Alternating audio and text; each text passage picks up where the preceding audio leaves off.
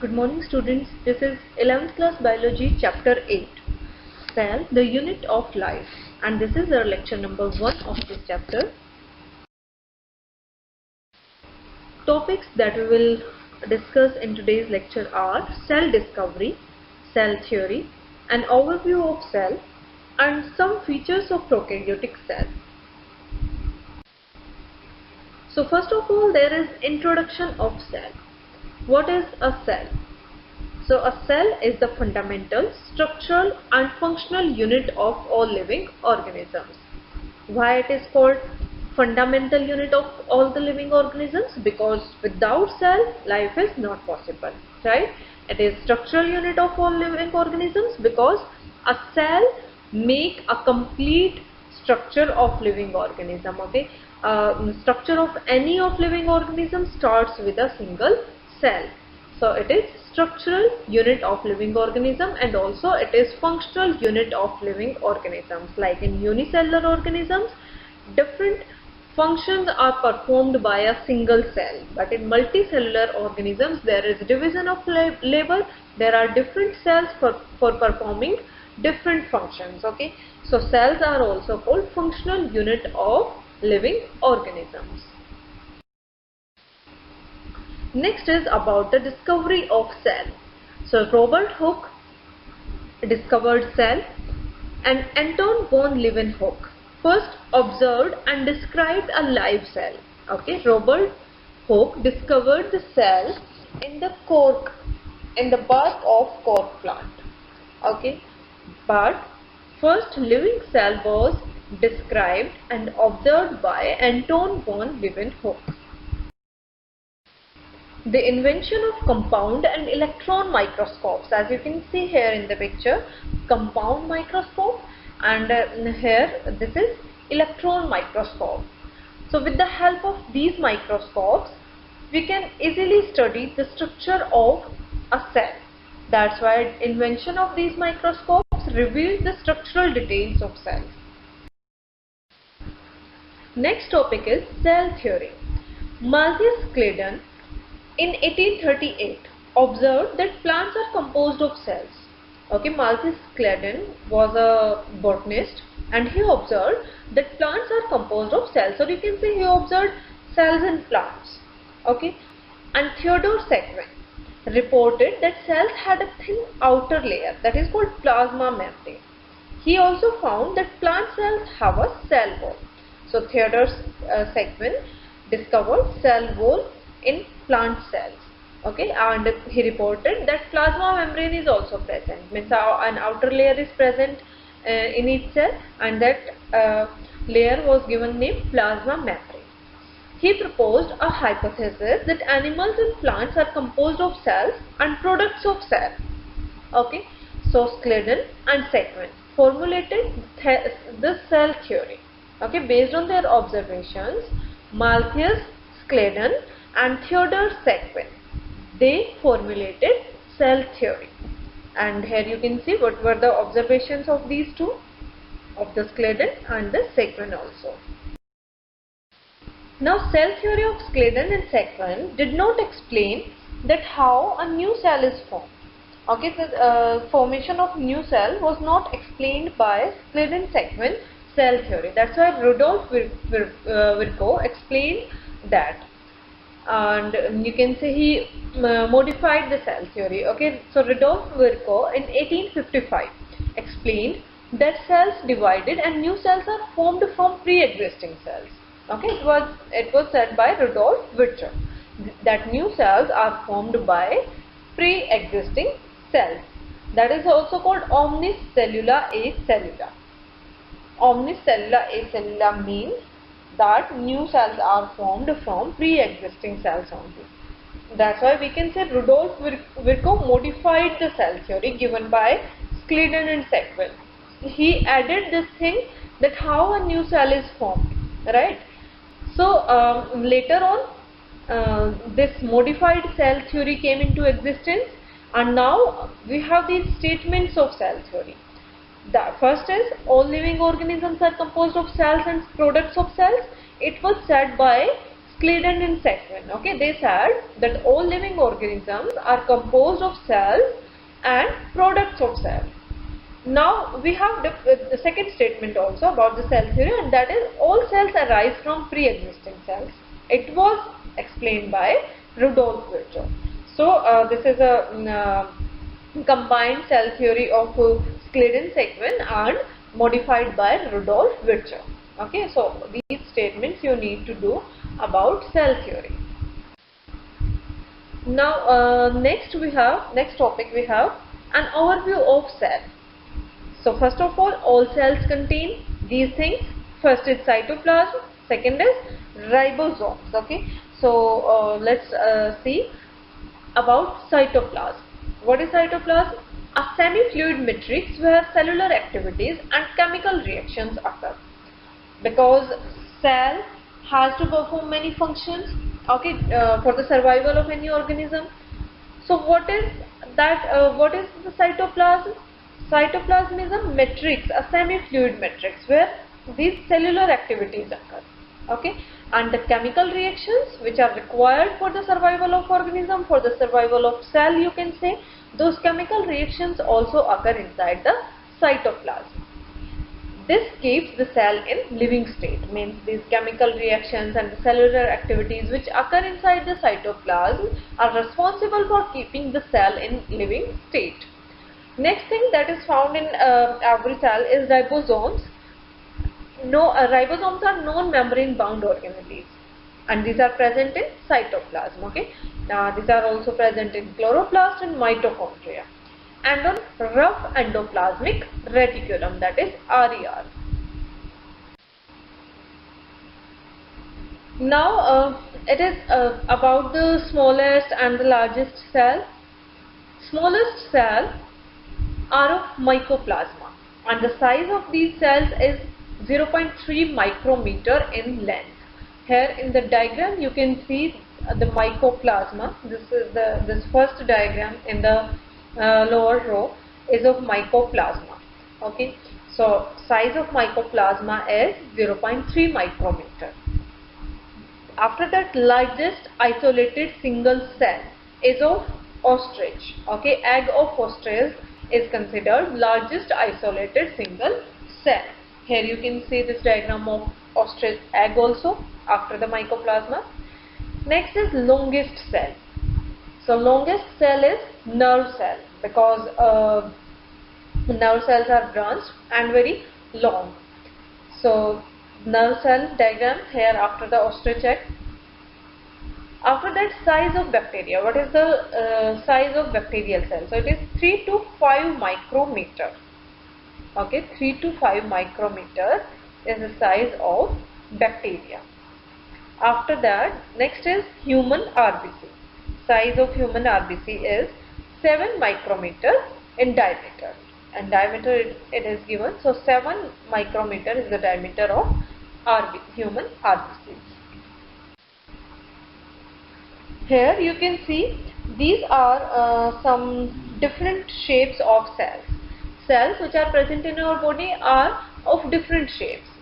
So according to their function, cells can attain different shapes and different sizes. Okay, if you know that what is the function of red blood cells, they have to pass through the blood vessels. Okay, and for that these red blood cells are having round and biconcave shape. Second is white blood cells. Those are found in amoeboid shape, because different types of pathogens are engulfed by these cells, are killed by these cells. That we can say these WBCs are responsible for our immunity, okay, for fighting against the disease. So these different shapes are found, these amoeboid shapes are found in white blood cells. Next is columnar epithelial cells. Here you can see long and narrow cells, because these are required for that particular function of the columnar epithelial cells. Then nerve cells are branched and long, because these have to capture the stimuli from different directions, right? Then a trachea is elongated, mesophils are round and oval. So these different shapes of cells are found, and these different shapes of cells are due to the different functions performed by these cells. Next is about prokaryotic cells. Then we will start with prokaryotic cells, then we will do all the characteristics of prokaryotic cells, and after that we will go to the eukaryotic cells. Okay. So prokaryotic cells, they have no membrane bounded nucleus and organelles. Okay, all the membrane bound nucleus and the membrane bound organelles are not present in prokaryotic cells. They include, now which cells are under the prokaryotic cells? They include bacteria, blue-green algae.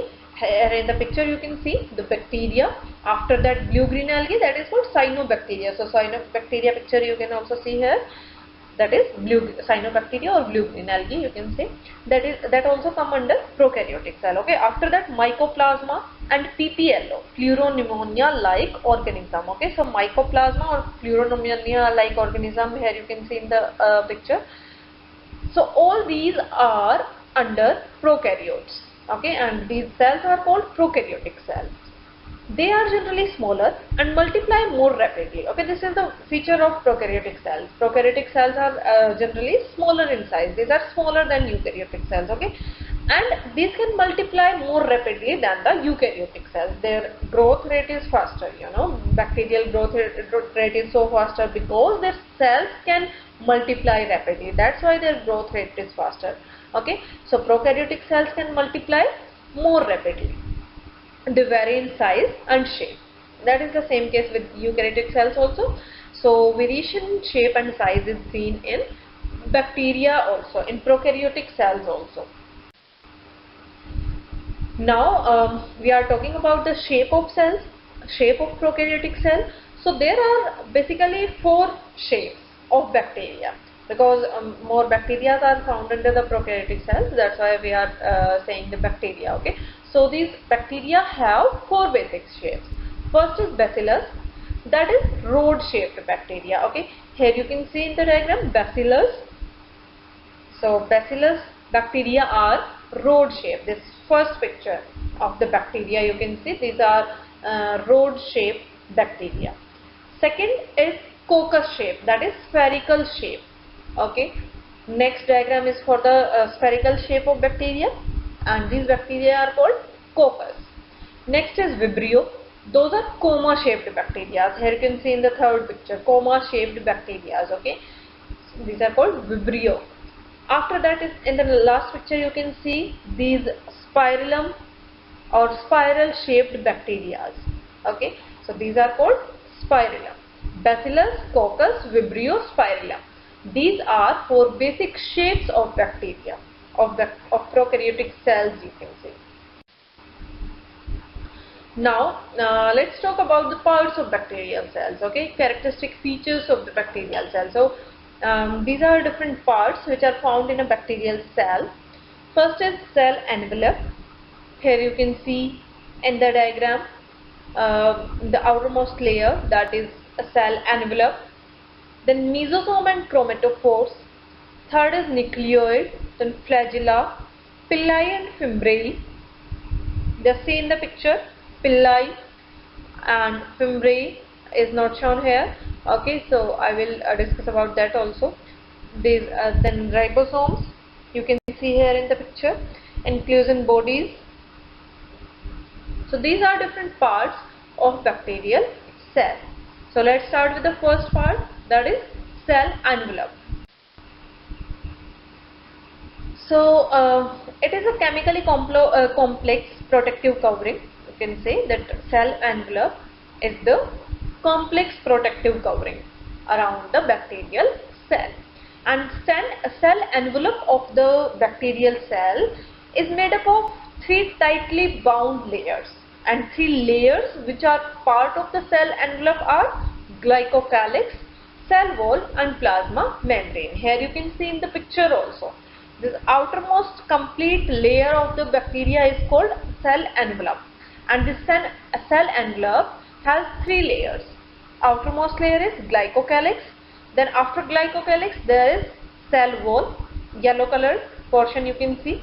This is cell wall just under the glycocalyx, which is of red color. Then under the cell wall, innermost layer, that is part of cell envelope, is plasma membrane, right? So these three are layers of cell envelope of bacterial cell. Now let's see about glycocalyx. Glycocalyx is the outermost layer, right? In any bacteria, it is the outermost layer. Its composition and thickness vary in different bacteria. Like it may be a smile layer, like loose sheath. Okay, in some bacteria it can be like a loose sheath. That will be called slime layer. If it is loose sheath, then it will be called slime layer. And in some bacteria, it can be thick and tough. And in that case, it is called capsule. Okay, so glycocalyx can be present as a slime layer or it can be present as a capsule. You can say these are two types of glycocalyx which are found in bacteria, okay, which are part of cell envelope, slime layer and capsule. Next is a cell wall. You can say it is second layer after the glycocalyx, so it is called middle layer, right? It is seen in all prokaryotes. Cell wall is present in all prokaryotes, all bacterial cells. What is the function of this cell wall? It gives shape to the cell and provides a structural support to prevent the bacterium from bursting or collapsing, right? So it is providing structural support and it is giving shape to the bacterial cell. These are functions of cell wall. Next is plasma membrane. After the cell wall, next layer of the cell envelope is plasma membrane. So it is inner layer and it is semi-permeable in nature. Semi-permeable means it allows some substances to pass across it, right, while inhibit the transport of some substances across it. So it is semi-permeable in nature and interacts with the outside. Through the transportation of substances, it interacts with the outside. This is structurally similar to that of eukaryotes. So plasma membrane in bacterial cells is structurally similar to that of plasma membrane of eukaryotes. And about the structure of plasma membrane also we will study about after this topic, okay. Now based on the types of cell envelopes and response to gram staining. Gram staining is a type of stain which is used to color the bacteria, to stain the bacteria, and we color the bacteria, or we can say we stain the bacteria to study the bacterial cells more accurately, okay. And that stain or that dye that is used to color the bacteria is called gram stain, okay. So based on the type of cell envelope and its response to the dye, or you can say the dye is called gram stain, okay. So its response to the gram stain, that bacteria are of two types, gram positive and gram negative. Gram positive are those bacteria which take up and retain the gram stain, okay, means those bacteria can take up that dye, that gram stain, and retain that color, means after the treatment, after the washing it with alcohol or any other chemical which is used here. So after that treatment also, these bacteria can retain the gram stain, that those bacteria can retain that color. Such bacteria are called gram positive bacteria. While there are some bacteria which can capture that color, means which can be colored, which can be stained with that gram stain, but after that treatment, after washing, these bacteria do not retain that color. So such bacteria are called gram negative bacteria. So gram negative bacteria do not retain the gram stain, right? Now this is Christian Gram. Christian Gram developed the gram staining method, okay, and that's why we are able to differentiate gram positive and gram negative bacteria, because of the method developed by Christian Gram. So here Escherichia coli. This one bacteria is shown here, which is gram negative bacteria, and there is one example of gram positive bacteria also. Here you can see Staphylococcus aureus. So Staphylococcus aureus is a gram positive bacteria, and Escherichia coli, that is in short, that is also called E. coli. Okay, that is a gram negative bacteria. In our next lecture, we will do some other features of prokaryotic cells. Okay. For now, your homework based on today's topics, your homework is NCERT question number 1, 2, 9 and 10. Thank you.